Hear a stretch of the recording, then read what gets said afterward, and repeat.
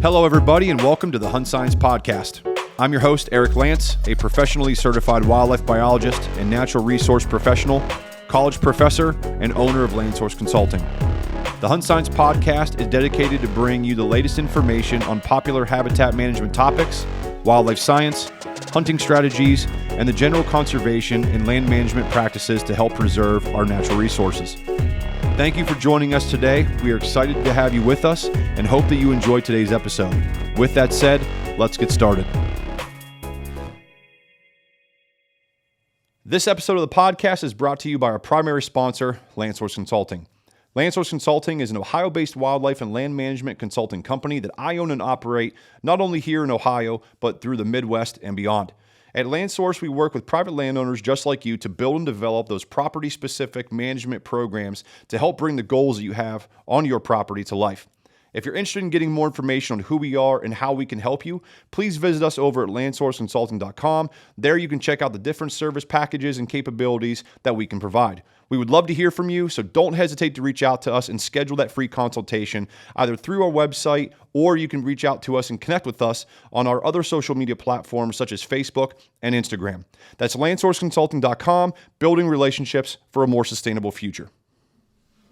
And welcome to episode 1 of the HuntScience podcast. I'm your host, Eric Lance, the creator and the visionary behind the HuntScience podcast. Thank you, everybody, for checking us out and joining with us today. The HuntScience podcast is a passion project of mine, something that over the years as a college professor, as a consultant, I just love working with people and sharing my knowledge and skill sets and things like that. But I also love adding to my knowledge and skill set. So I love talking with people that are more knowledgeable about particular things than I am. And I said, hey, let's do a podcast. I listen to a lot of podcasts and let's get one going. I think this will be fun and it's going to be a benefit for me, but ultimately I think it's going to be a benefit for everybody who is joining us.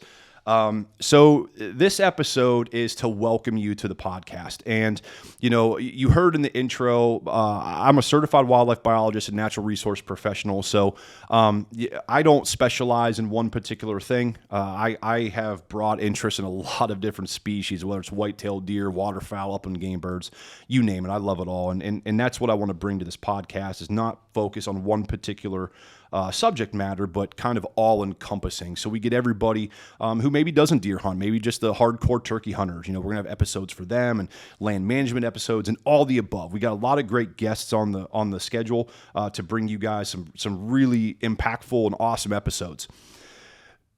We are also going to be having a Patreon page associated with the podcast. And I'll give more updates on social media regarding the Patreon page. It's not quite done yet. The Patreon page is going to be what we call the HuntScience Academy. And on the Patreon, there's going to be all sorts of little mini, 20-minute, max length videos on how-to videos, maybe some biology lessons and how it pertains to hunting strategies and all the above. So we're going to have, some good content as far as that goes. We're going to have some field videos as the year progresses and we get into field season to where we're out and about and doing management on our properties. We're going to be uploading videos, how-to videos, and all sorts of good information that you guys will be able to get on there. We're also going to have bonus content with our guests, some Patreon only, bonus content, videos, Q&As, those types of things that, like I said, only our subscribers will be able to get access to. We're also going to have the ability to download transcripts of the podcast, which it doesn't seem like a lot, but having a PDF of a podcast, I don't know about you guys, but when I listen to a podcast and I get some information in there and I'm like, oh, I want to look that up because I'm driving, I can't really take notes right now, but I don't remember where it was and I don't want to listen to the whole podcast again, trying to find it. Having the ability to download a PDF and be able to keyword search that PDF for whatever topic it was that I was looking for, being able to highlight the document, mark it up, make notes and things like that is just an invaluable tool to have in our binder and our toolbox for managing our property. So I thought it would be something that would be pretty beneficial. So that's something I'm going to offer. Also, our Patreon members will get the podcast actually a day or two early. So that's going to be a benefit as well. And then moving into the episode today, I'm joined by Zach Boldizsar. Zach is a good friend of mine. Zach is a local guy here to me, and someone that I've run into and had a relationship with for quite some time now. He's a good deer hunter, and he's real passionate about conservation and things like that. So him and I had a friendship, and we talk pretty regularly. And since the pandemic, I haven't seen him. It's been a good 2.5 years since Zach and I have sat down and chatted and talked about things, and that's exactly what we did in this episode. I welcome you guys to the episode, give a little bit of my ideas on where I'm going to take the episode, but ultimately me and Zach are sitting at the table and we're just shooting the wind, just sitting there and catching up and seeing what he's been doing, what he's been up to, and kind of what his plans are, and same thing for me. And it was a good episode of two friends just kind of chatting, talking a lot about different things, and kind of going down rabbit holes and circling back on things, just as you would with a buddy and having conversations. So once again, everybody, I want to thank you from the bottom of my heart for checking out this podcast. I hope you guys enjoy it. Please, please, please check us out on our social media pages. We're on Facebook. We're on Instagram. You can find us at the HuntScience podcast. We even have a YouTube channel. We don't have any content up on it right now, but like and subscribe, hit that bell button to get the alerts. And when we start adding our content here, you guys will be the first to see those updates. So all those kind of things will help us greatly in moving this podcast forward. Also, wherever you're listening to your podcast, if it's on iTunes or wherever it is, man, after the episode, please drop us a 5-star review. Leave us a little bit of review. Those kind of things really help us in the ratings. And like I said, just really mean the world to me and help, show the love and keep the passion alive for the podcast and keep it going where we want it to go. And with that, everybody, episode number 1 with Zach Boldizsar and myself. Welcome to the HuntScience podcast. Zach, how you doing, man? Episode 1. It's finally here. We've been talking about this for a while. It's been a while. It's finally happening. It's a good thing. Yeah. God, man, I haven't seen you since we were talking a little bit before the show. I haven't seen you since the pandemic, man. It's been last time we seen each other was the Harrisburg show. I was gonna say it had to been. That was a hot minute ago. Well, welcome, man. Thanks for doing this. I know that I've talked about doing this podcast for a while, and we talk a lot about this stuff, and I figured, with you, as much as you do, like on the landowner side and things like that, as big of a hunter and stuff you are, I was like, yeah, it's gonna be a good time to get you in the studio. Plus, you're local, to get you in here and talk about the podcast and where I want to take it and things like that, and we can just shoot the crap a little bit. No, I appreciate being here. Cool, man. So what have you been up to? Work. Yeah, same stuff. Yeah, obviously with COVID and everything like that, I got hit with the vid around Thanksgiving. I missed my opening gun week. I actually was supposed to do a Share Your Hunt with our NDA branch and had to cancel that. That was kind of a bummer. Yeah. But actually, good thing about that, it worked out kind of in favor of the guy that was supposed to do it. My VP ended up taking him out over to his place, and he actually got his first buck. Oh, there you go. So it was cool. It's good. Cool. It was good. Yeah, I was going to ask, going through that. We'll talk a little bit more about the NDA a little bit later. A lot of people probably don't even know what that is, actually, because we ran into it so much with the QDMA as people are like, what? Yep. And now they changed their name, and, I got Kip coming on next episode, and we'll talk a lot about that too. Yep. But yeah, so like I said, this is the first episode. So the idea here is to introduce everybody to the podcast, kind of what my goals are for the podcast, where I want to take it. So I guess I'll start off, because part of this episode is a welcome episode and kind of give a little bit of background about myself and, give a little bit of background for you too, because, you and I have talked, and I know your busy schedule. Yep. But as far as a co-host goes, like, I'd have you in more often than not, man. Definitely. So have you come in and things like that. So it'd be good for people to get to know you too. Cool. A little bit about me. I mean, my name's Eric Lance. You guys hear that in the entry and things like that, and the website and all the social medias and everything. But, born and raised here in Northeast Ohio. I actually did not grow up in a hunting family. I fished here and there, kind of did more just what kids do. My cousin, I didn't have any brothers or anything like that, so I was really close with my cousins, out catching frogs and turtles and stuff like that. But I have one uncle that hunts, but I never went out with him or anything like that. So, I never really got into it.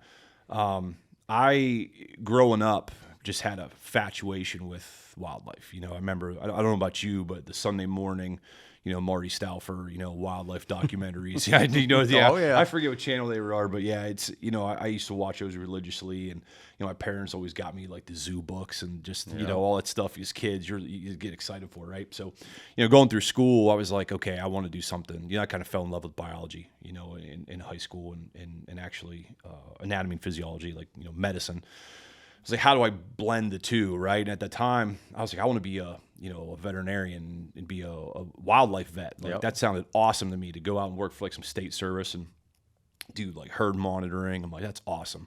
Then you start looking into it and you're like, yeah, this is gonna be rough, So, but I still bounced around, still did it, went to Kent for undergrad. After that, bounced around in veterinary medicine for a little bit, doing.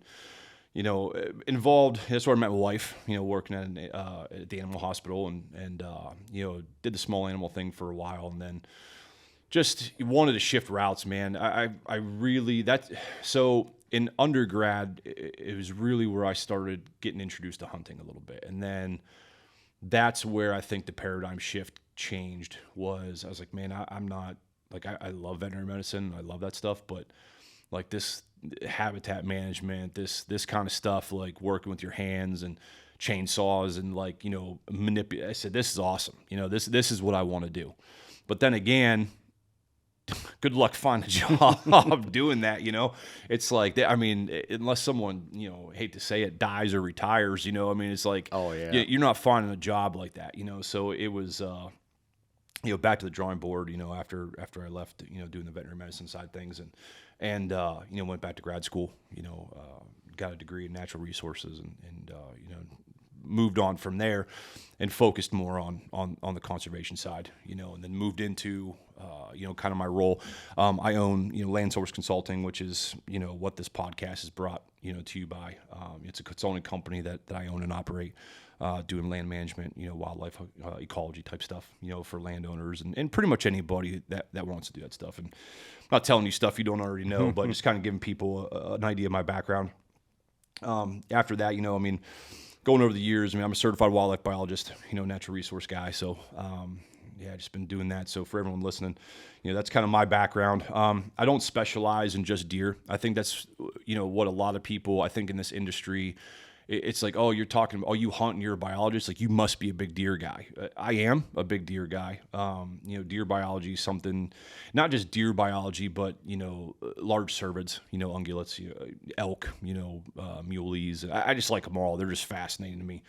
Predators, like I like it all. I got bird dogs, so I like to do upland game hunting, waterfowl hunting. Like it's just, everything is fascinating to me. So it's a real drain on trying to learn everything. Like going through school. You can. Oh, believe me. Yeah.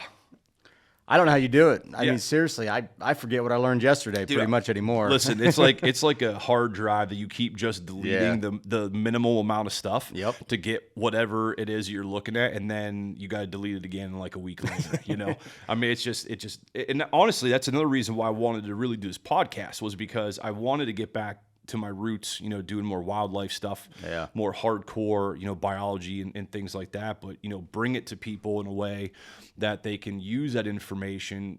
Guys like you, perfect example, right? You have your own property, which I'm sure we're going to get into. Yep. And, you're always asking me questions and things like that. And sometimes I got to look it up, but that's what I want to do with the podcast there's a lot of shows out that are doing this kind of stuff, but I want to hit a broader audience. I want to talk about, I got people coming on to talk about, waterfowl, upland game birds, whether it's grouse, turkey, pheasants, quail, you name it. I'm going to try to bring some guys in for, Western hunts, whether it's elk or muleys or moose or, because I'm interested in that. I got friends in Arizona that, over the past couple of years, I've been trying to get tags, to go out there and I've got a spot to hunt. So if I get tags, like I'm gone, see ya. I've heard Arizona's pretty hard to get a tag in some of those areas. Yeah. And, those areas are hard, but those are things that I'm just interested in. And that's, what the podcast is, to get people on here to kind of fill in the gaps and kind of refresh my memory, but also, to be able, having a science background like I do, to be able to interview these guys and ask the questions to help the listeners, because ultimately that's what I want to do. because in the podcast intro, also I'm a professor. I'm not a full-time professor, but I've been teaching at Kent State University. About 5 years, 6 years now. I teach in the biology department as well as the geography department, which is kind of weird. That's where they house the natural resource classes. So I teach about anywhere from 3 to 5 classes there, depending on what they need. So I like educating, and talking and things like that. So for me, this is a way to kind of reach a broader audience. And because you and I have talked about, in organizations like now the NDA, National Deer Association, formerly the QDMA, it's hard for organizations like that, man, to reach hunters and get the goals and the mission statements and stuff out. So that's me, man. So let's turn it over to you here. Where'd you grow up? How'd you get into hunting and things like that? So yeah, my name is Zach Boldizsar. I actually grew up, the eastern Ohio, I should say, Carroll County area. Yeah. So what town?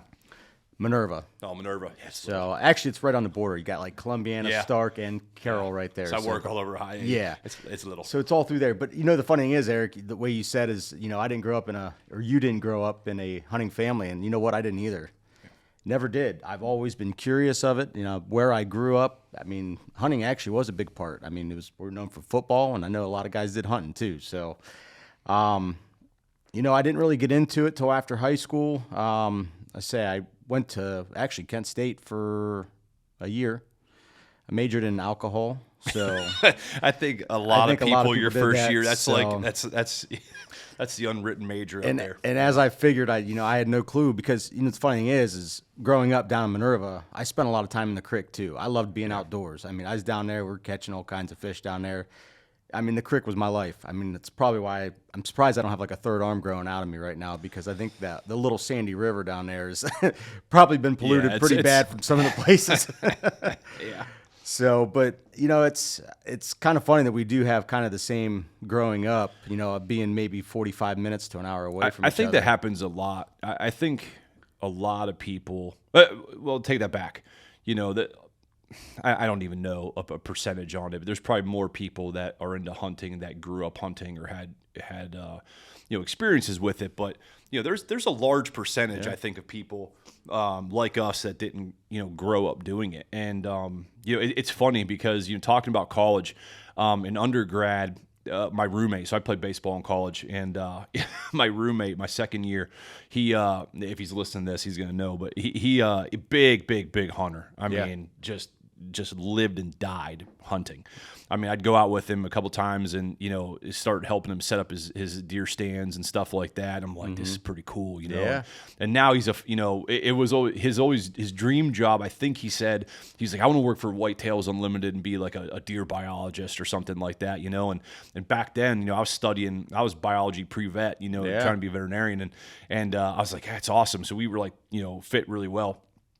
And now he's a financial advisor. It's like he got a degree in conservation. He got a degree, and he's a financial advisor. But he's killing it, man. Yeah. He's killing it. And I touched base with him not too long ago, and it was good. It's just funny, how things kind of change like that.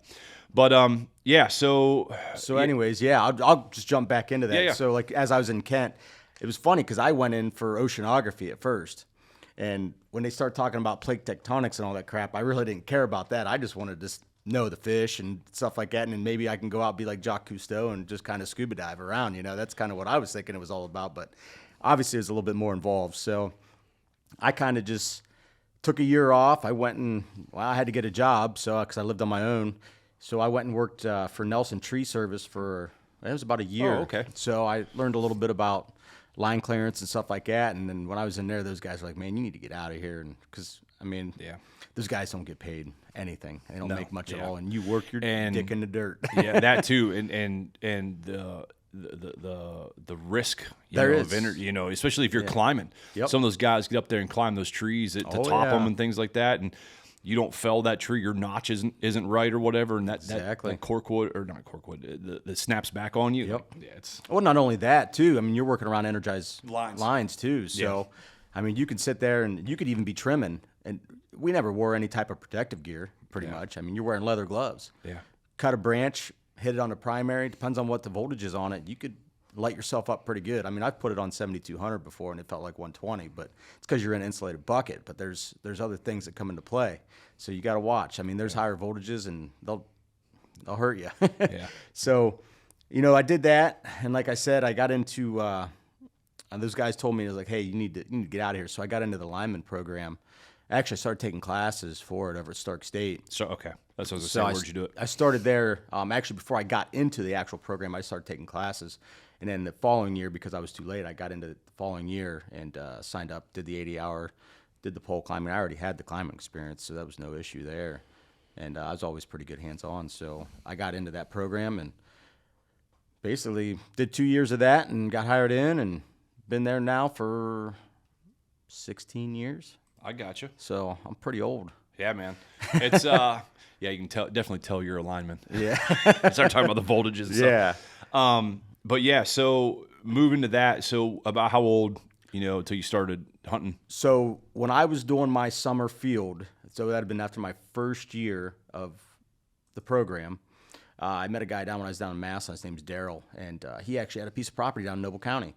I think it was 70 acres, something like that. And he said, hey, come on out, So I went out there, we go down in the weekend, go down. He's like, hey, we'll take you out. We went out. And I've been familiar with guns a little bit, as I gotten older. And did some shooting. I didn't have my own gun, so I used the one guy's gun and basically went out there in some Carhartts and a dark blue, which is funny. We can talk about that later, with deer's vision. Dark blue hoodie and some orange. So there you go. And actually shot my first buck. First deer was a buck that first morning. So it was kind of amazing. The funny thing about it is, just to kind of elaborate a little bit on that, I knew none of it. I just knew it was an 8-point.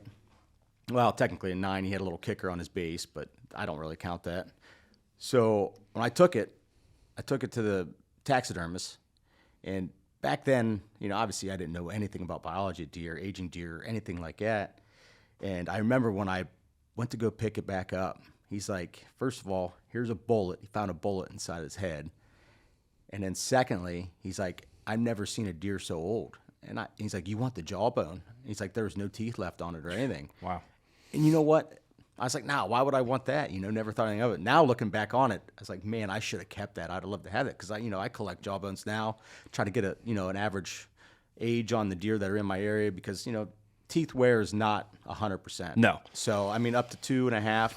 When you get after that, it's it can be a guess. It's very subjective. Yes. It's just like anything. It depends on diet, nutrition, but also depends on your experience, looking at those. So we've talked not a whole lot, but you've mentioned a lot of things, which again, talking about where I want to take this podcast. So, like I said, it's going to be diverse. Yep.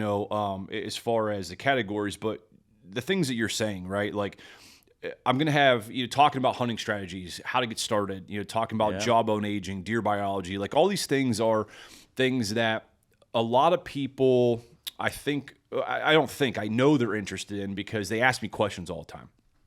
So that's why, we were talking, I was showing you before the show, the Patreon page and things like that I'm building out to where I'm going to have, so the show is called the HuntScience Podcast, and I'm going to have what's called the HuntScience Academy, which is going to be on the Patreon page over there. And it's going to be 2 different tiers.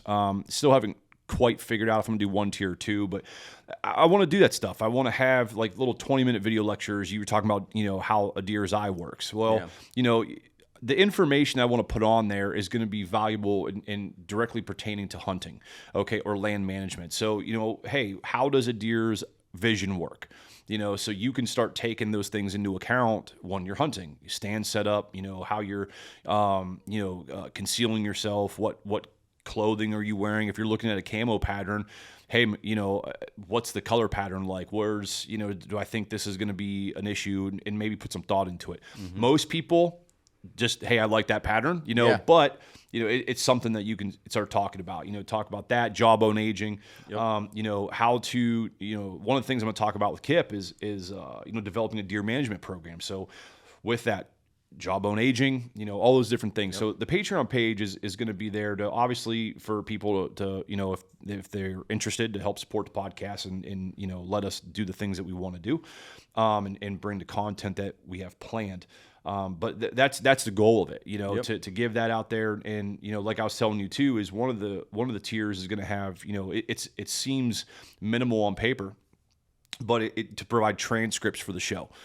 To where if I'm talking to, like a Craig Harper or someone like that, that's going to be an episode just jam packed. Yep. I mean, we've both met Craig. We've done. I mean, it's just like you're like I feel like there. I feel like I don't even know what biology. Like I don't know anything. And here, sign my book. Exactly, man. I'm like just sitting there like, wait a minute, like, oh yeah, I do know that, but I'm like, oh, but you start looking at those, and I know I listen. I drive a lot as a consultant. I'm driving to properties. I'm doing all sorts of things. So I spend a lot of time behind the car, and I'm sure you do too, going to where lines need repaired and things like that. But you listen to these podcasts, you're like, God, that's a good podcast. But then you're like, man, I can't take notes while I'm driving. And it's like, well, he said something about herbicides on the herbicide mix that he likes to use for hacking squirts. Okay, well, now I gotta go listen to the whole podcast game. Well, my idea was I'm gonna provide transcripts so you can just go open up a PDF, Control F, type in herbicide, and then boom, there it is. So you can start, for those of us that are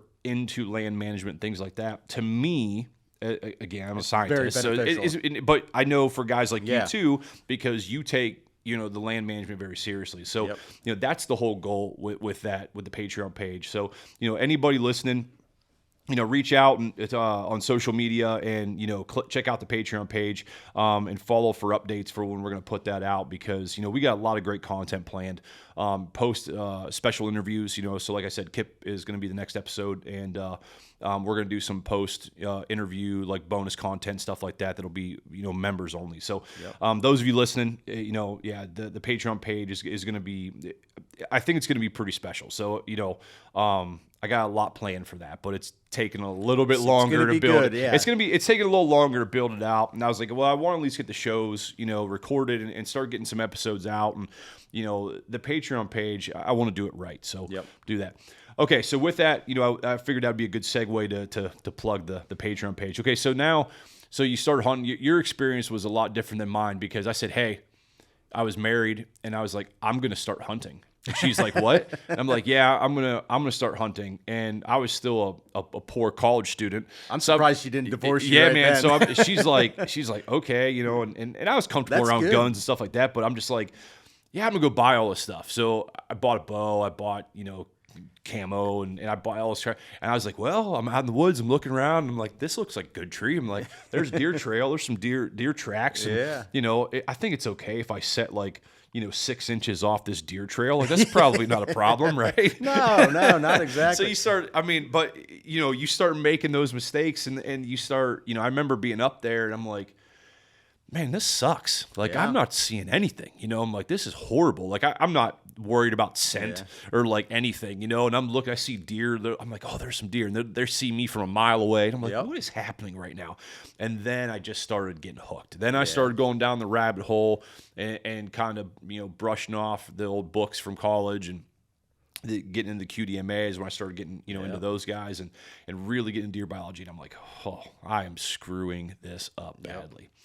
Well, that's the great thing about it. That first time when you're out there and that deer is getting so close, and it's like your heart is pumping. You can feel it coming out of your chest. You're shaking. Man. It's like, it's the best feeling. There's nothing like it. It's amazing. And I played sports my entire life. I played, collegiate baseball and everything like that. And anybody who plays athletics, you get that adrenaline or whatever. Yeah. Dude, there's nothing like getting ready to draw back. I don't care if it's a doe. Oh, no. I mean, a lot of people are like, that's just a doe. Like, man, it's a big deal, and we'll talk a lot about, that kind of stuff as well. But I mean, that's that first experience. I think anybody who's an adrenaline junkie, it's like the first time, getting on a motorcycle or a dirt bike or, something like that. Those guys are addicted to that adrenaline. Yep.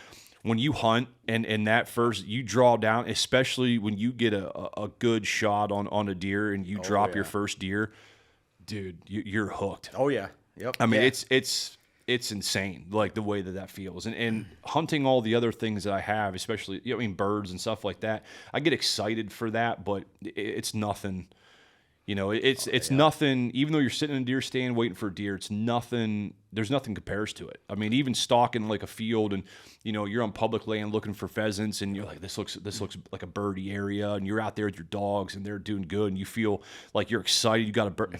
It's still nothing. It's nothing like when you it. get into the big game, man, it's a whole. I can't even imagine what I'm gonna feel like the first time I see an elk. Dude, I'll tell you what. When I was out in New Zealand, when I did the red stag I don't even hunt, listen. we don't have to talk about that. We'll do that for another day. The show's about to shut down. It angers me when I saw that photo. I was like, "You've got to be kidding me!" So you all heard him right. He went to New Zealand and shot a stag. Yeah. So we'll leave it at there. We'll save that for another day. Yeah, that I couldn't even imagine. It was wonderful. Okay, so go into hunting. I move into, talking about now we're in hunting. Now we're outdoorsmen. Now we're hunters. Okay, so now we're around other hunters. Yep. And we have talked a lot about the mindset kind of hunters. And for me, I let you chime in here, but for me, I look at the state of Ohio, for instance, where we are, and you look at this and how much it's privately owned, right? So I don't know the number off the top of my head. It's probably like 95, 96, maybe even more than that, but it's definitely at least 95%. So, excuse me. So, you look at that and you're like, okay, it's all privately owned, and you look at the state of the whitetail, right? Like kind of when we started. I mean, I've been hunting now I'm 37, so I probably started, when I was 23, 22, so around there. So 21, definitely over a decade, but it has changed.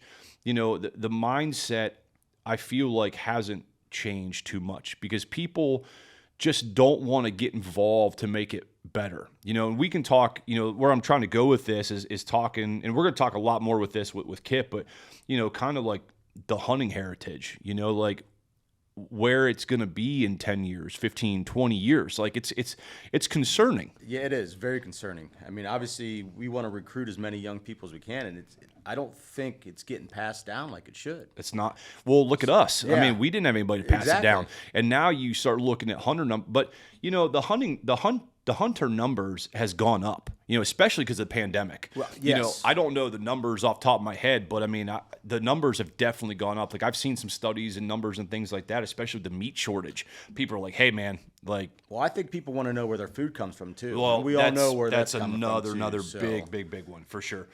But yeah, it's, you start seeing that. So, let's move into, talking about the hunting heritage and people's mindsets. I mean, it kind of where it comes down to podcasts like this, right? Or just podcasts in general that talk about conservation, because we're trying to get that out there.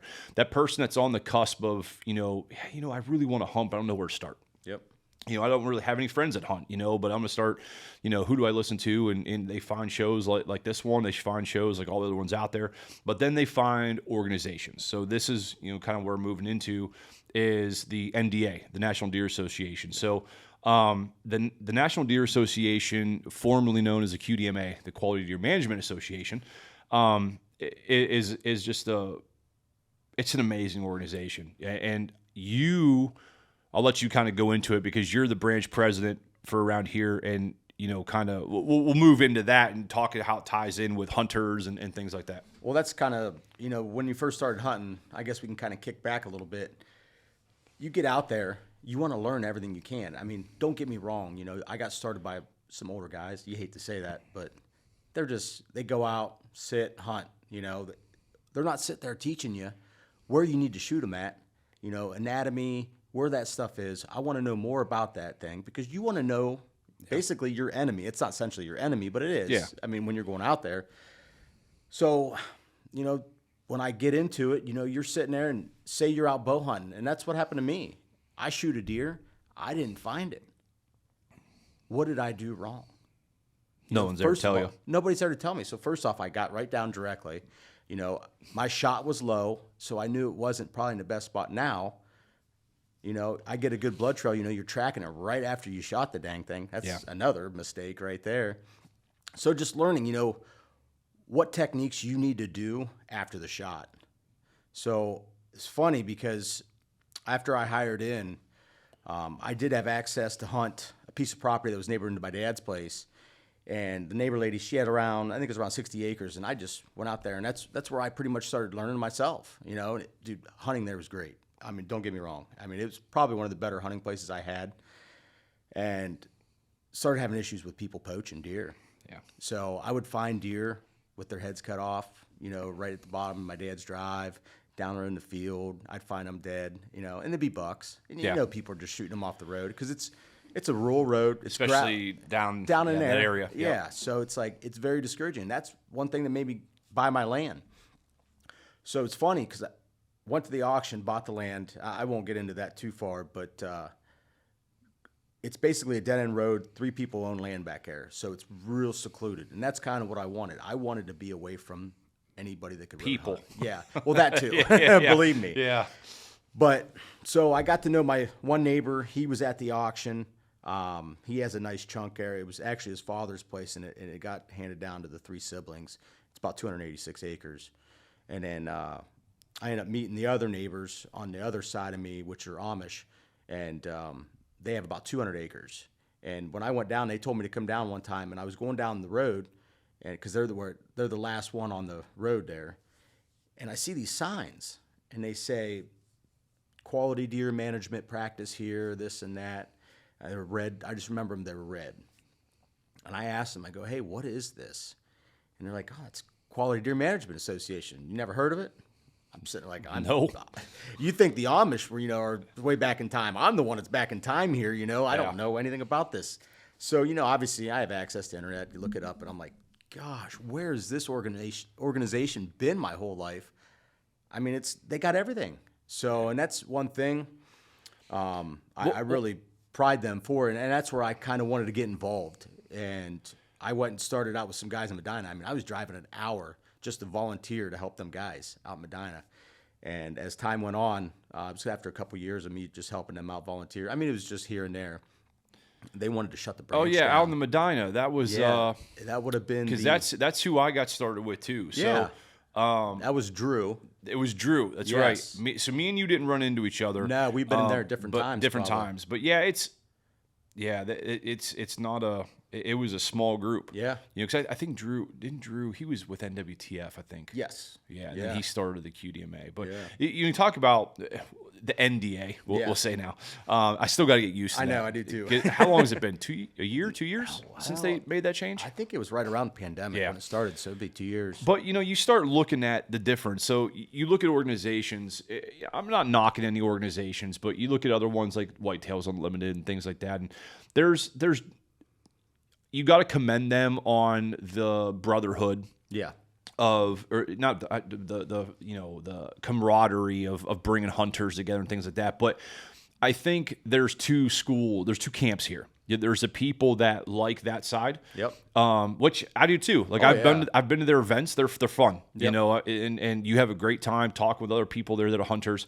But then you get to the NDA side, you know, and now you see the difference when you have an organization ran by certified wildlife biologists that are deer biologists. You know, look at guys like Kip that were bear and deer biologists at the state level. Same, with Matt and all those other guys. And you bring guys like Dr. Harper and just all the people they bring in. And like you said, because once you start hunting, it's addicting, and you want to keep pursuing that, and you want to be better at it. Yep. So how do I make my property better? How, what do I do about harvesting a deer? When do I get down? Like, how do I blood trail? And then you start learning some cool stuff about how deer, use their scent glands, right? Mm-hmm. So now I have a trail here. How can I do a mock scrape or a rub? And how can I use that in conjunction with my stand? And it's just stuff that you don't get now in today's age with YouTube and things like that. But you got to kind of watch who you're listening to. Yep. And one thing that I've learned, in school and everything like that is, and you've heard people from the NDA say this, is it's habitat management, is an art form more than it is a science. As you can have, 10 different artists painting, looking at one, piece of something that they're going to paint, and they're going to have 10 different perspectives on that. It's the same thing with you see now with all these land managers and things like that. Just because it works for one person doesn't mean it's going to work over here, and just because it doesn't work over here doesn't mean it's not going to work over here. So you start kind of breaking those things down. But yeah, it's getting into that. But that's the thing that kind of, I don't know if it's good for conservation, is where a lot of these guys have jumped in on the whole bandwagon. They're a dime a dozen now.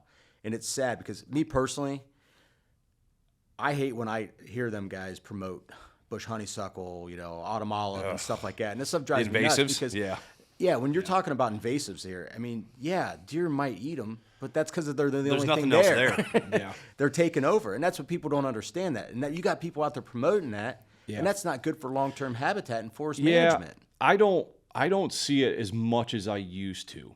The one thing that I see that irritates me more than anything is people promoting monocultures. Oh. Of plantings, which you need I'm going to say, monocultures have their place, but what are you talking about? If I'm talking about, if I'm talking about deer management, right? What do you want your cover to equal? Food, right? So it's good to have a stand of switchgrass, and I'm not knocking switchgrass. I've planted it, I've used it. For specific reasons. Mm-hmm. But to have, you're going to get things bedding in there. Of course you are. But your cover does not equal food. When you listen to Dr. Harper and these guys talk about you want your cover to equal food and getting into forbs and things like that, you can provide, the same thing for very little cost compared to everything that goes into killing, plowing, cultivating, and putting in a switchgrass field. Again, has its place. But I tell people all the time is, they're like, well, the state's doing a terrible job of managing the deer herd. Well, first off, I'm like, well, it's the state's 95. They have like 5% of the land base. When's the last time you've hunted public land? But I don't understand why people blame the state. Yeah, the hunter is the one to blame. Exactly. Just because they give you 7 deer tags, don't mean you need to take it. Exactly. Yeah. Well, and another thing too, I was talking. It was last year sometime during deer season. I mean, still deer season here now, but I remember we were talking. Same thing came up. You know, blaming the state. I'm like, but and we're at his house. And I'm like. But your habitat is terrible. Like you've got closed canopy, browse lines above the head. And it's all row crop. It's all conventional row crop, so it's just the same rotations and same methods and every square inch possible. And I'm like, the deer. Or he's like, well, I see them. I see tracks. I said, yeah, because the way I've kind of modeled this, I describe it as 2 ways. Is the turnpike method, right? Is that when you're driving down the turnpike, it's just nothing. Yep. And every once in a while you find a little rest stop that you can go get food, go to the bathroom, whatever. I'm like, that a lot of times is what deer have at their disposal. Yep. It's nothing but row crop, and it's, it's food, but the woods are terrible. Your timber is horrible. It's like you said, closed canopy. It's probably secondary growth or regenerated stand from a clear cut or a heavy select cut, something like that. And you can see 200 yards through it. There's no cover. It's got invasives. It's poor quality. It's like, and you expect deer to be here? Yep. But the other side is, when we're talking about, putting together a property, I said, now, you want to kind of make it like the mall model. Is why do you think malls in those areas are so heavily populated? Because there's everything there. What kind of food do you want, Zach? You and your wife. Well, maybe today I want Italian, or I want fast food, barbecue, whatever. Like, you have options. Your goal is to keep, no matter what species is that you're managing, you want to keep them on your property and as long as possible. So you're dealing with the neighbors. Okay, well, what do they have that you can? What do they have versus what do you have, and what can you provide that they don't have to maybe get those does to bed on your property, feed on your property? Then guess what happens during the rut? You got the does on your property for longer. What are you going to see more on your property? So it's those things people just don't. It's a byproduct of our society. Is everybody wants the easy fix now? Yep. I just want to take a pill to do this, right? Or I want to snap my finger. I just want to sit in a deer stand and I should see 12 deer, right? Well, that's the thing. It's like, I don't know if everybody plays chess, but you can't play chess for the next move. You got to play it for the long term to win. And that's the way I look at it. You have to have a strategy or you're going to go down. Yeah. You're going to fail. You're going to lose. What's Dr. Harper say? You know, everyone listen, you're going to hear me bring him up a lot because he is the man. But anyway, he is. What does he say? He's like, habitat management is a way of life. Every year, your habitat is trying to run away from you. Yep. It's your job to manage it to the levels that you want to manage it at. Like it's a way of life. It's not a one and done. Yeah, and that's like you were kind of hitting on there, and looking at your neighbors. So that's the thing, you know, if you do own a piece of property or it's a property that you lease, that you have the capabilities of doing some type of management too, you need to get that aerial. You need to look out beyond, see what is lacking, provide what is not there. That's the biggest thing, you know, food, water, cover. That's what they need. Yeah. It's right there at your disposal. Google Earth is free. Yeah. Like, pull it up. Yes. Google Maps. Yes. And go to satellite view. Any of them. Yeah. I mean, and then you get into, you know, the apps like Onyx, which, I mean, I don't know about you, but I use Onyx all the time. It's, you know, plug. They're not a sponsor or anything, but it's, you know, I mean, it's a good product. I mean, you start using it, but you start talking about habitat management and you draw, you know, using tools at your disposal to do that, because those kind of things, and you know, I don't know about you with your kids, but and not that my kids get involved too much, but there's something about going out there with your kids and getting them involved. And I got 2 girls, right? Yep. And they don't really show any interest in hunting. My youngest one does a little bit. I question whether or not she's going to be able to, you know, actually harvest something when it comes down to it. But they love going out checking trail cameras. They love going out and finding deer tracks. Yep. And it's like, hey, that's fine. I'm not going to force this on you. I'm not going to push this on you. But, you know, who knows? Maybe it skips a generation. They, you know, they understand dad hunts. They're not opposed to it. They appreciate it. They had fun in the woods. But, you know, maybe I get a grandson someday and all of a sudden he starts hunting. So you pass it on, because that's, you know, when I teach at the university, you know, my conservation of natural resources and my wildlife resources classes that I teach, they're always booked. I mean, they're gone. There's no space available, you know, and I bring that to the table. Like, we have these conversations. We talk about hunting. We talk about conservation. We talk about these things because it, like you said, and we talked earlier, it's, and I don't know this for a fact to say that it's dying off a little bit as a way of, you know, to look at things. But when I see this crop of kids that come through at these big schools, I mean, probably less than 1% of my class hunt, you know, or have ever done it, you know, and this is, you know, 3rd and 4th year science majors taking conservation classes.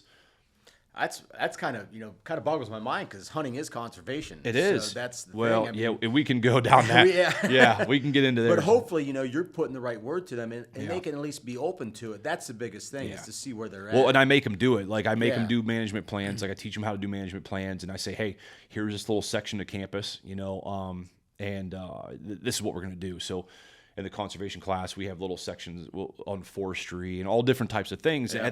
Their final project is putting together a habitat conservation plan, looking at everything. You know, I want to see some agriculture. I want to see how can you do sustainable agriculture? How can you do rangeland management with pastures?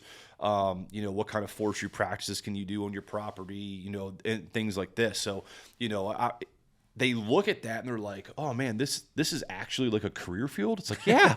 It's like, and guess what? You can have fun doing it outside of work, you know, and things like that. You can put meat in your freezer on your table, and you know, it's nothing like, there's nothing like getting together with a bunch of, having friends that are outdoorsmen, throwing some deer steaks on, or cooking for your friends, cooking for your family, having a beer, cigar, whiskey, whatever, maybe at a fire. It just, I mean, there's nothing better than that. And to tell the dumb stories the stupid stuff that we do, you know. It just, those kind of things, like you said, it's just, I look at it, I sound like an old man.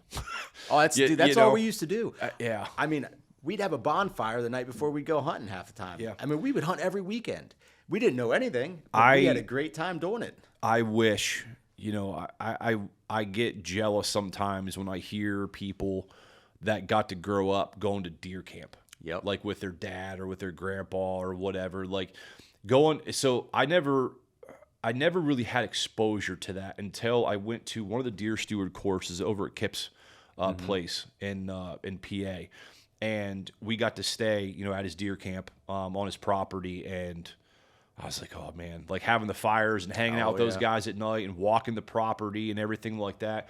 I'm like, yeah, it's put it in my head. And I've told my wife that, I want to start, here looking for some land and start doing something like that. Getting friends together, taking my kids up. They don't have to hunt, but they can camp. We can go camping and get away from social media and get away from this stuff and just get kids, the kids out in the woods because, again, going to talk with Kip about this is that's how we keep this thing going. Yep. Because, looking at it from the land management side, the hunter side, it's just, me and you have gone to trade shows with, at the time, the QDMA, now the NDA. And, talking to, it's an outdoor show. Like, it's a hunting show. And we're there with hunters. Hey, you ever heard of the No. Like it's amazing that there's that many people that do not hear of it. Yeah, and to plug it a little bit, and you, again, can talk a little bit more about it because, the way that I break it down is I said, listen, the website has endless amount of free information. Yep. Their magazine, Quality Whitetails, is probably hands down, and I'm not even being biased on this because I'm a member. It's one of the best, most enjoyable hunting magazines that's out there. I agree 100%. The membership's $35 or whatever it is now. I think it's still $35. Yeah, $35. But I mean, it's just $35 for organizations like that to continue putting out awesome information. And we're going to talk about, the Whitetail Report. That's a whole nother thing that the next episode is going to, hopefully get people excited that maybe never heard of it. But I mean, just getting people excited about this kind of stuff. Like, I don't know if it's me because I'm a biologist. Like, I get excited about learning this stuff, but then I run into people like you and our other mutual friends like Chad and those guys that are real big. I call them professional hunters. They may not think that they are, but hey, they're on TV, exactly right. But it's just that kind of stuff, man. It's got. I mean, do you managing your property? Which is where I want to go now. Is getting into your property, but I mean, you can speak on that now. Like, that's got to be awesome. I tell you what, I love it. I'd rather go out and just do land management than even hunt. I think that's just a bonus. And the thing is, if you manage your land correctly and if you got a good sense of, making those deer take the certain routes and doing certain things to make those travel corridors where you can put a tree stand in there to make yourself successful, it makes it all the better.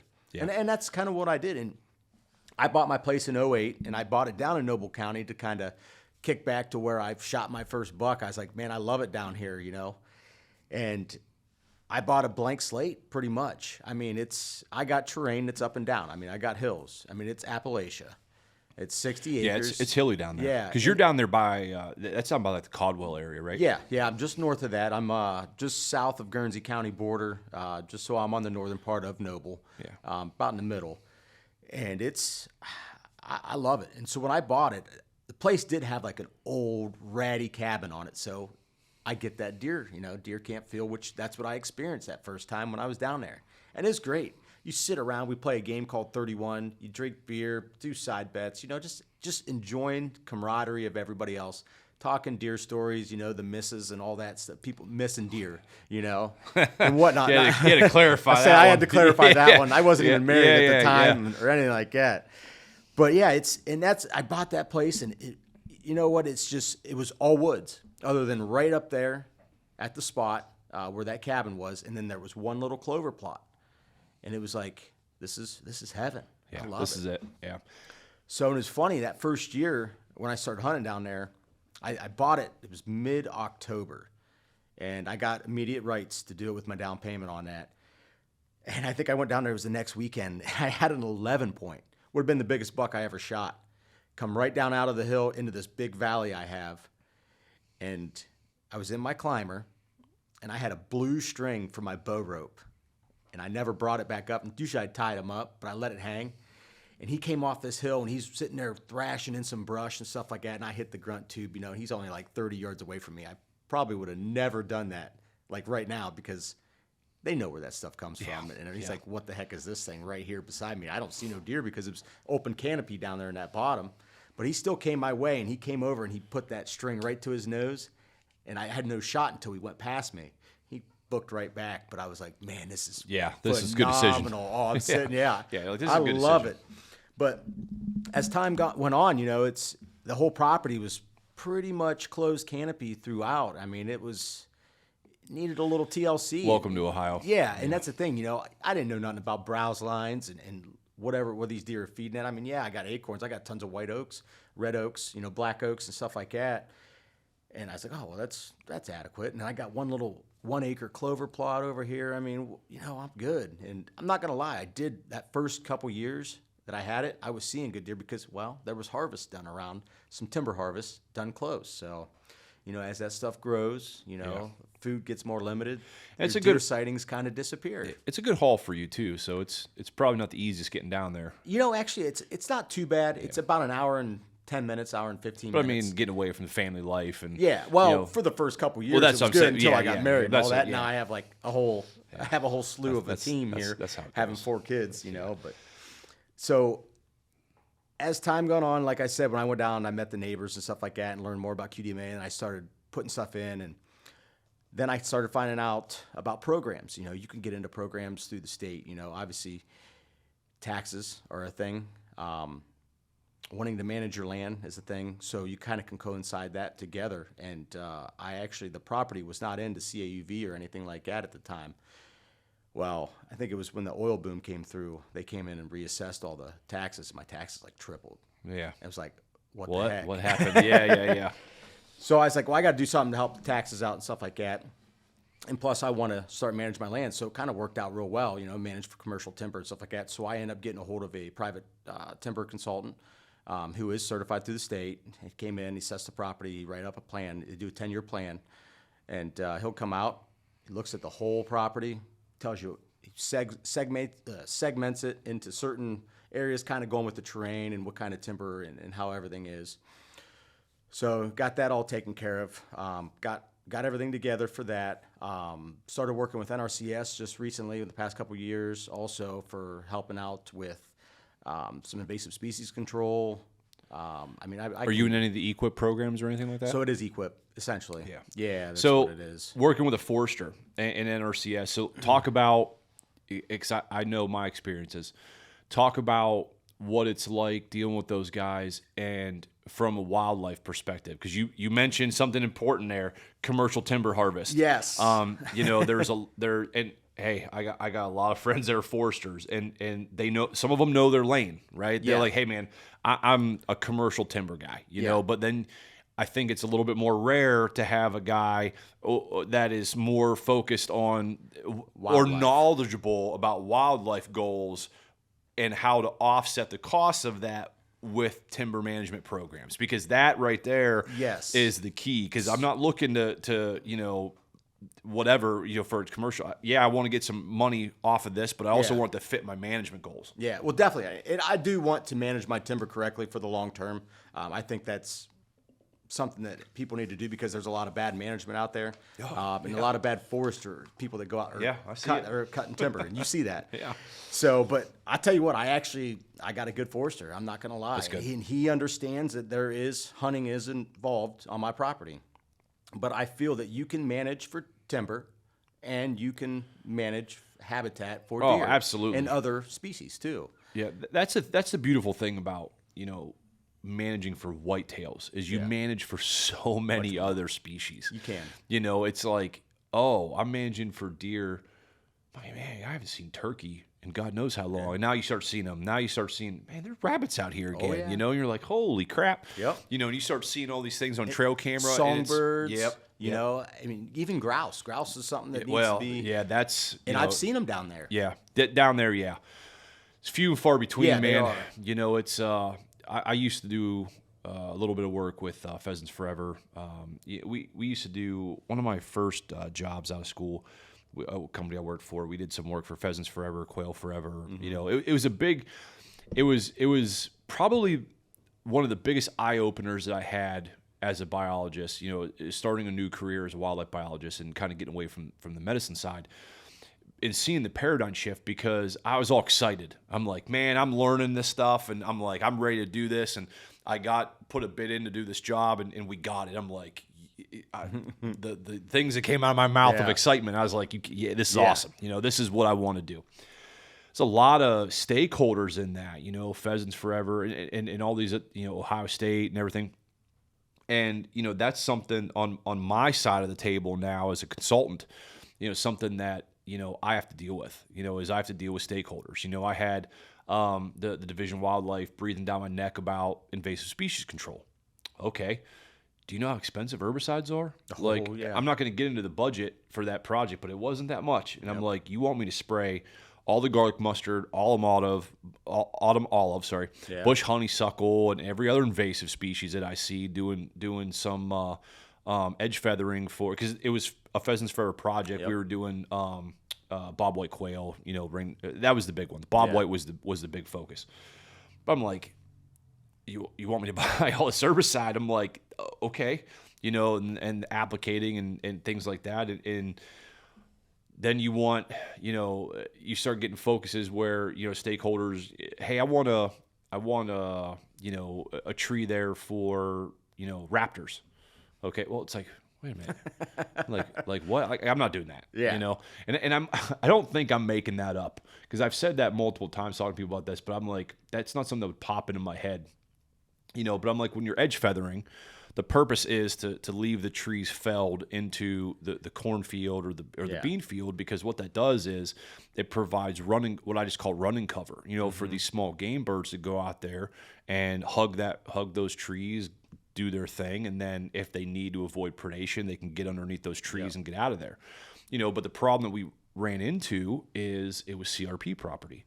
So we couldn't leave, you know, everything fell into the field. So, you know, it was requested by the NRCS that we limb everything and basically make a brush pile, you know, in the patches that we were cutting on the edge. I'm like, okay, but now it's the same problem. They go out there, you know, if that's what they're, you know what I'm saying? Like, now you got red tails and, you know, depending on where you are, whatever else you got out there. I'm like, it's a problem, you know? So you start getting these stakeholders on my side, and it's frustrating because, you know, there's projects that focus on these endangered species in Ohio, and you're like, hey man, this is a good thing. And, you know, it just doesn't work out because too many irons in the fire. Too many people want their own agenda passed, but they're paying. You know? That's the thing. The money plays a big role in everything. I see it with Bobcat.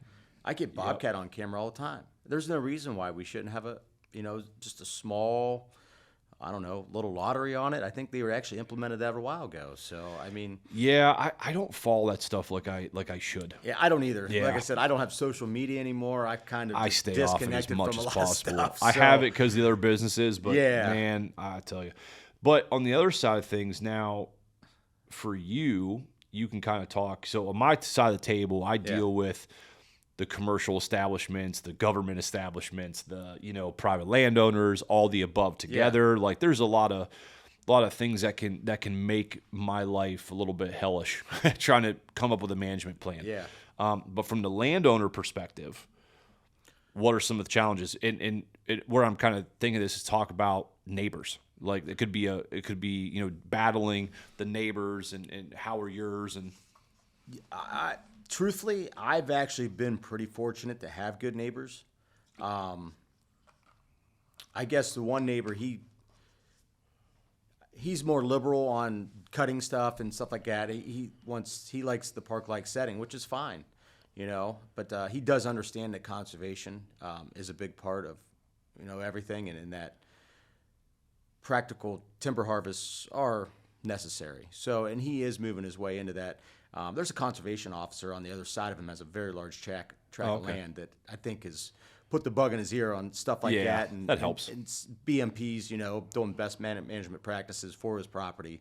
I think he's getting them going with that. So, but obviously, the Amish neighbors they're phenomenal. That's good. That's not always the case. No, and that's the thing. They get such a bad rap. They do. I know a lot of great guys. But I mean, they know what they're doing. I mean, they're managing their land. Excellent. And then they also are managing deer. I mean, dude. Yeah. We've been shooting 150s, 160s down there pretty much every year, other than maybe the past 2 years, because I don't know what happened. We're all like, what the heck has happened the past 2 years? We just don't have them. So, I mean, it's just, we have some older bucks. It's just genetics. Maybe it's just the ones that played through, Yeah. I mean, not every deer is going to be a 160, 170. No, yeah. And that's what people don't understand. It's like, oh, you got to let them get to 6.5 and they'll be booners. Yeah. Well, no. Yeah, I wish people, I mean, I get calls all the time. I had a guy reach out to me. Man, this is probably just before the pandemic. He was leasing about 800 acres, and he was running a hunt outfitter or something. Yeah. I forget the name. It was here in Ohio, and come out, take a look at the property. So we went out there and looked at the property, and I was like, yeah, man. I was like, you got a nice tract of land. I said, there's a lot of stuff that you can do. You're seeing deer out here, great. Yeah. You also have 800 acres, and you got a little bit of everything. So working with him or talking with him. I try not to give too much information when I'm on those. I like to talk and I like to help people, but it's just those guys like that. Again, it's frustrating because never heard back from him. I want to do this. I want to do this. The deer aren't that good. My guys are not. I'm seeing too many more percentages of my hunters are not seeing deer. They're not seeing the bucks that they want to see. Let's boil it down. They want to shoot big bucks. Yeah. And I'm like, well, okay. There's a lot of factors for that, but it's not something we're going to address in an hour conversation. While we're sitting in the lodge. Things like that. It's just everybody wants just that easy. They want all the information, but then they don't want to put in the work. They don't want. Hey, they money. throw a corn pile out, and they feel that's exactly. adequate, and that's what a lot of those people do. Exactly. And truthfully, Eric, I mean, in my opinion, with CWD basically here, I mean, it's here. It's here. Yeah. I would be happy if they would just ban baiting, because seriously, think about this: if we ban baiting. I mean, obviously, some people are going to go. I think you around might have just made some enemies. I know, right there, I probably did. But the thing is, you would get more people that own land or lease land to manage their land. And I'm telling you what, the quality of deer will be so much better. Yeah, hunting might be a little bit tougher, but you can manipulate the land to make that work. But also, a lot of these 1-year-old or 1.5, 2.5, 3.5s that are getting killed over bait piles, they have a better chance of making it the next year to 4 and 5, in which the quality of deer here in Ohio, boom, I guarantee it goes up. Well, another thing is I tell people all the time, it's like, well, why do you want to put a corn pile there? It's like, why don't you just put the work in and put a little plot in of cereal grain? Something a winter cereal, rye, winter wheat, exactly. anything like something that. that's high in carbohydrates. It's there. They can eat it. It's the same benefit Yep. as corn. Corn has no other nutritional value other than it's high in carbohydrate. That's why they're there. Yep. So they can get an immediate energy source, like eating a Snickers bar. Just boom. I don't have to pull from my fat reserves, and that's why they're there all the time. But, I've gone around this too because I've seen. What states? Didn't some states just pass like no trail cameras or something like that? I think it was out west. I think somebody did say something that's about a little that. ridiculous. I believe so too. But the baiting thing, I agree with you. It's a bit extreme. It is a bit extreme, but I think ultimate boils down to is the biologist in me. I understand, and even the veterinary side, like things like CWD, EHD, like an EHD is not very similar to CWD, but when you start the bait piles can be a problem. I understand why states are removing baiting, because that's 100% what it is. Same thing with lures. Whether it's using the rut and buck, the spray stuff, any of the glands or anything like that, the commercial glands. I can get behind that too. People may get mad at that, but I think if you gave an option A or B, get rid of this stuff and help preserve the herds a little bit, because it is a problem. Yeah. And it's not as big of a problem in Ohio as it is everywhere else. Most people haven't seen a deer with CWD. No. I've never seen a deer with CWD. I've taken, samples that came back positive, but, that deer, wasn't exhibiting signs. I found a bunch of deer, dead with EHD, or probably. And most people will probably see that. I know the eastern part got hit pretty hard a couple years ago. I had a couple of those too. They turn out to be abscesses, just get an infection, but you start looking at this and I tell people, I'm like, okay, you're mad that we can't bait or you can't use like land lures and things like that, but would you rather have no deer? Yeah. Like, or have it, very isolated to where you can hunt and always questioning, like, man, should I? Or you can only shoot one deer. Yeah, because who knows? It boils down to me, man. Like, I know all the studies and everything out there. You're talking about CWD, where it's, as long as you're not eating the brain, everything out there says you're fine. But if I'm in the woods and I could have like a red flag that says that deer is positive for CWD, I'm probably not gonna shoot it. You know what I mean? No, I'll probably shoot it, but I'm not eating it. Yeah, type of thing. So for whatever that's worth, you know what I'm saying? But I think there's a lot of things to where, kind of going back to what we were talking about, where people get upset with the state. I think it just comes down to a lack of education is what a lot of the stuff is. Because, I say, oh, you think there's no deer? Why don't you go up to Cuyahoga County and drive around the suburbs for a little bit when, they've got, I don't know the number. I want to say it's like 20 deer per square mile, 22 per square mile. More than that. Probably more than that now. But, I mean, it's just like there's deer everywhere. So they're here. But again, it goes back to what I said. You got the turnpike model where you have a 50-acre parcel with 48 acres in agricultural row crop with an acre and a half of closed canopy open timber. All your 6 neighbors have the same thing because you guys want it for agriculture and tax purposes, but you guys are going to bitch that you don't see deer. It's like you can't have it both ways. Well, that's the thing. I think a lot of people just don't know. I feel that our state is pretty well knowledged and on everything. I think they manage very well for the most part. But I think a lot comes down to the hunter. I mean, like you're talking earlier. Almost all that comes down to the hunter. They want the easy route. They put this ladder stand right on the edge. They walk the whole field right down where the deer would say the deer even come from there. Who knows where they come from, but they're walking. They're putting their scent all there. They're not hunting the wind. I mean, there's just so many other things that you just don't think about. And I mean, don't get me wrong. People go out, they could smoke cigarettes and sit there in a jumpsuit that's bright blue, and hit a kill a freaking 180-inch deer. Yeah, but he's probably getting pushed. It's not. Our state does a good job. I've talked to a bunch of biologists, and I've worked with quite a few of them. They do a good job. But yeah, it's I lost my train of thought there for a minute. But yeah, it's. I think we've ran off the track about every time we get into something. I know, right? Yeah, it's. Yeah, it's just when you start looking at that stuff, it's just so frustrating, man. Because I just want people to understand it better. That's the thing, because it's going to make it better for everybody. Exactly. Type of thing. And again, going back to the branches. The branch that you run for the NDA now. So you're still the branch president. Is it still the Hall of Fame branch down there? Yeah, still the Hall of Fame branch. We just switched. Obviously, went from QDMA over to NDA now. But yeah, and I started a branch when the QDMA was QDMA, and it's tough. It's tough. Nobody wants to do it. It's like you don't have one day a month where you don't want to get together and let's talk and maybe play cards or something like that and have like a guys' night out talking about hunting and smoking cigars or having some just, hey man, like having a good time. But everybody wants to do it till it comes time to actually doing it. Yeah, but now, it's been 2 years. Social gathering, you can't do that stuff. A lot of that stuff has just basically been thrown out to the wayside. So it's been tough on us. Yeah. It's been real tough. Obviously life does play a big part too. I mean, I've added, I think 3 kids over this whole thing, or two kids at least. How many kids you got now? 4. God bless you. So I got 2. That's enough. Yeah, I'm at 6'4", in about a couple months. So it's there you go. It's definitely busy. And it's hard on my wife, especially in my line of work. Dude, I'm working You're gone 60 so plus much. hours, usually a week. So, and I could get called in at any time of the night. Yeah.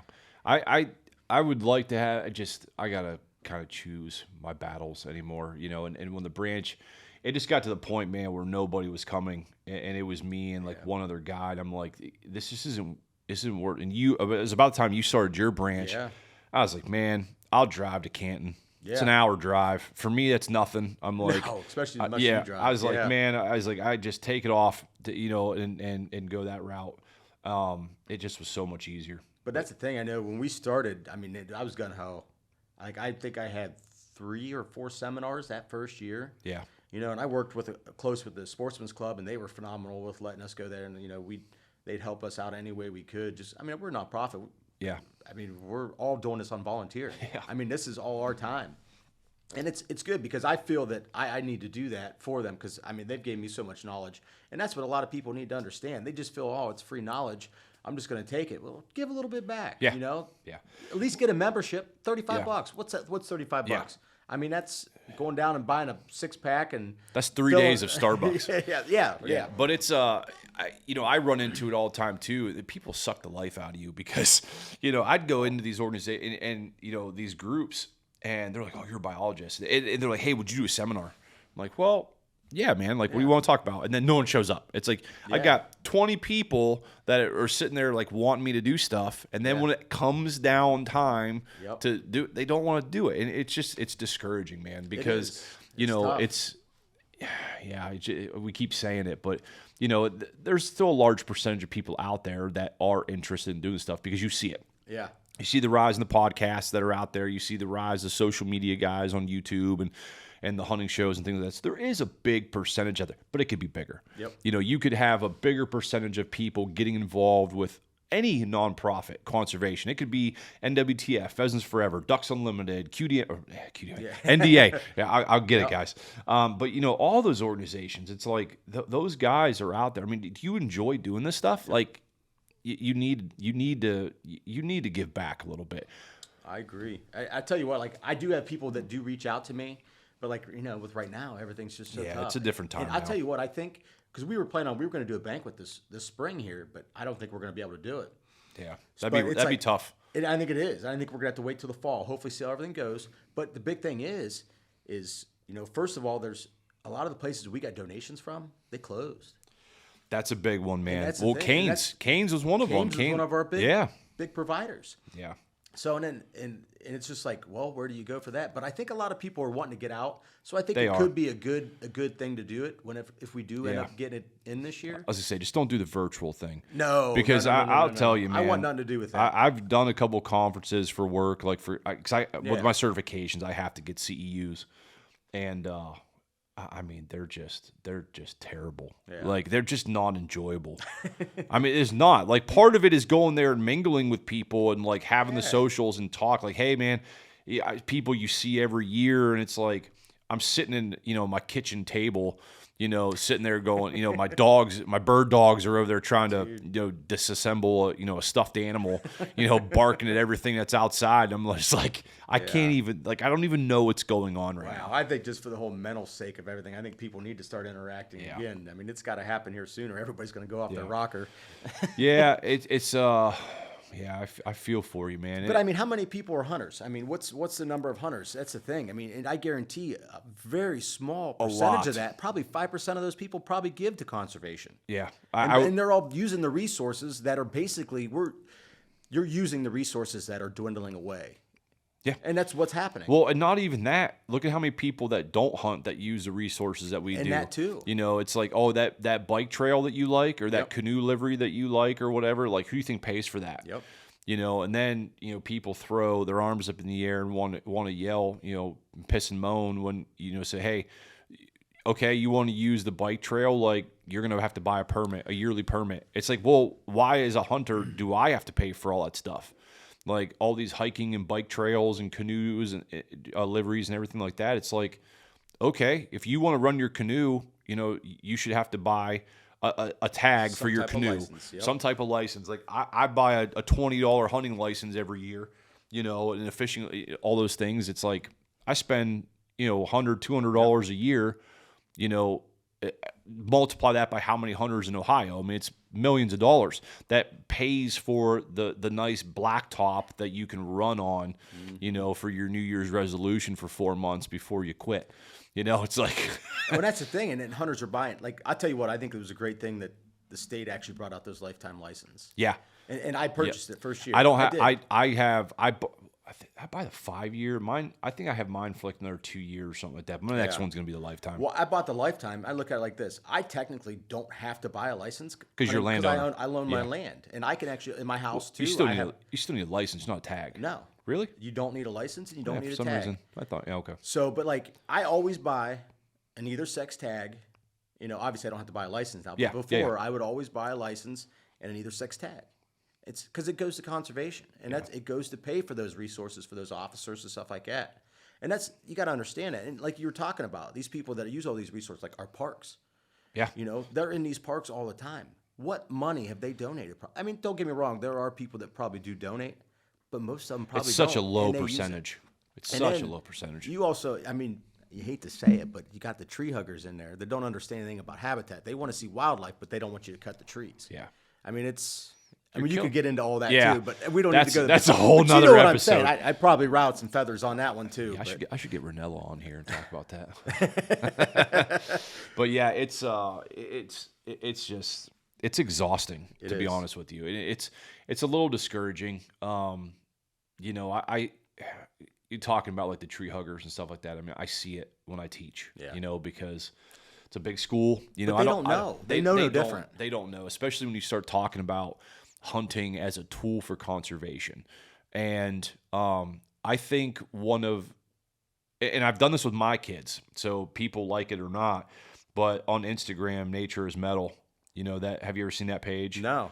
Oh my Lord. So I mean, it's nature at its realest. So you know, it always comes with warnings, but there'll be videos on there with, you know, lions, you know, taking down a big game, like, and it's not blurred out like, they're shredding this thing. It's like you National know, Geographic but back in the day. unedited, but uncensored. Nice. You know what I'm saying? And I'll show you after the show. Well, nature is cruel, and that's you got to understand. And that's a thing, you know. And I tell my kids, I've you know gone through these conversations with them. I said, you know, and you listen to popular guys out there that are you know promoting hunting, like Rogan's one of them. You know, his podcast, he does a great job. Yeah. You know, talking about that and all those guys that he runs with. But you know, nature's rough. You know, these animals could die a real long way. So when I start talking to the kids about this, I show them, you know, that Nature's Metal page. We'll pull it up, and I'm like, this is the real world.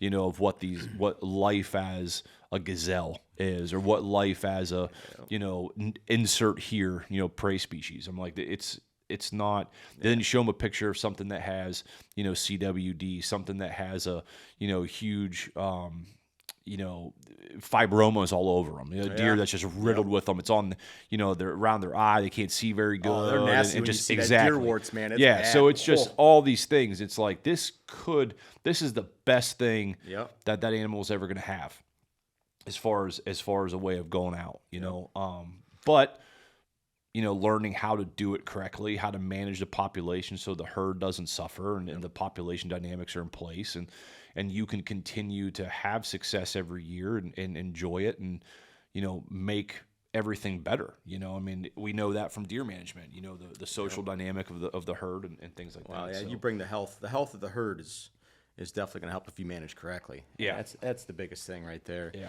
And that's what you see. Like, you go to these parks. Why do you think they have these big lottery hunts? Yeah. Because you go in there and you see the ribs on all them deer in there. I mean, they're just not healthy. They got nothing to eat. Well, that's the thing too. Like you, and I'm not an expert on this, but I mean, you look at like the what people call trophy game hunting, and that's the big one people push back on. Yeah.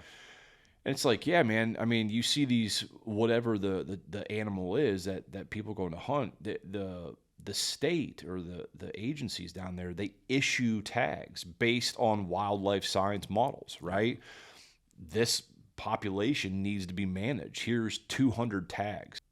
Okay, and we're back. A little technical difficulty there. I forgot to hook up the external battery pack on this, and we lost power.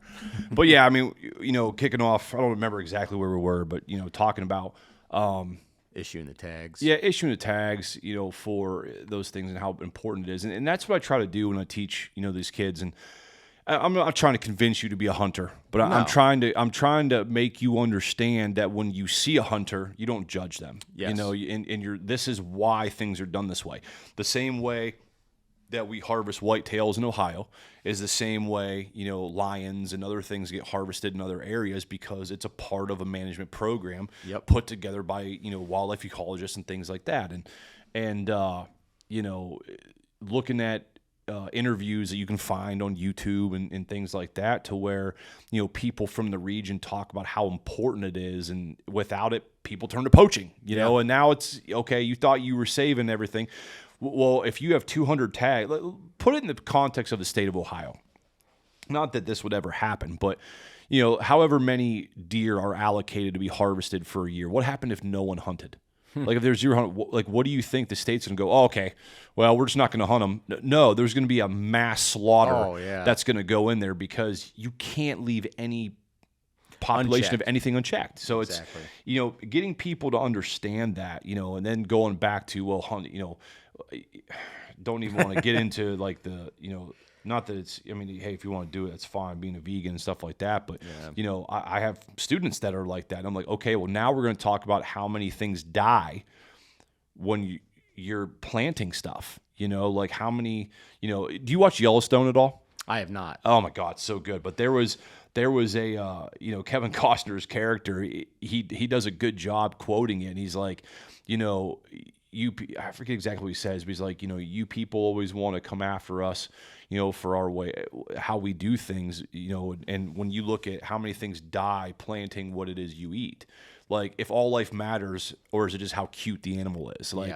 what is it? You can't have it both ways. Well, that's the thing. They think everything's rainbows and unicorns, and it's not. Yeah. So, and it's the same thing with, it's just a huge thing all the way around. But, so, it's it's going to be interesting. It's going to be a fun trip going down this road, I think, on the podcast. We've been going for a little over, I think, 2 hours now, I think, somewhere around there. So we'll kind of wrap it up here. But like I said, it's good to see you, first of all, man. You too. See you again, and hopefully we get to do many more of these. Maybe we'll do some infield. Definitely come down to your property and do some stuff. I think that would be good. Those listening, we kind of, went down some rabbit holes there a little bit and kind of back and forth. But hey, it's a bullshitting episode. Like, I wanted a welcome episode. A little bit of idea of where I want to take the podcast, like we mentioned earlier, and things like that. So, man, it was good seeing you. You too. And, we're going to have to do this again and stay in touch. And like I said, I'd love to have you on more as a co-host, and I get these people in and start doing these episodes. And it's just a different perspective. I like having it, because I have land that I hunt stuff, but I really don't manage my own land. I don't have, enough land to do it. So it's always good to have that counterpart to come in that is like, hey, I actually manage my property, and to be able to bring that perspective, because there are people out there that own property that don't manage it and don't realize maybe how to do it or whatever. So, I appreciate being on here. Definitely looking forward to seeing where we can take this. Yeah, it's gonna be fun. It's gonna take some time, but I think I've got a good lineup. At least for the first 10 episodes are going to be a good lineup. Yeah. And there's going to be a lot of people that people never heard of, but they're still going to be good episodes. I mean, they being an academic myself, and the people that I know and work with, and things they're studying and things they can bring, it's going to be pretty good. So, all right, man, we'll wrap it up. Good seeing you again. Thanks for coming to do this, and until next time. Until next time, man. I appreciate it. All right, man. See you guys. Bye.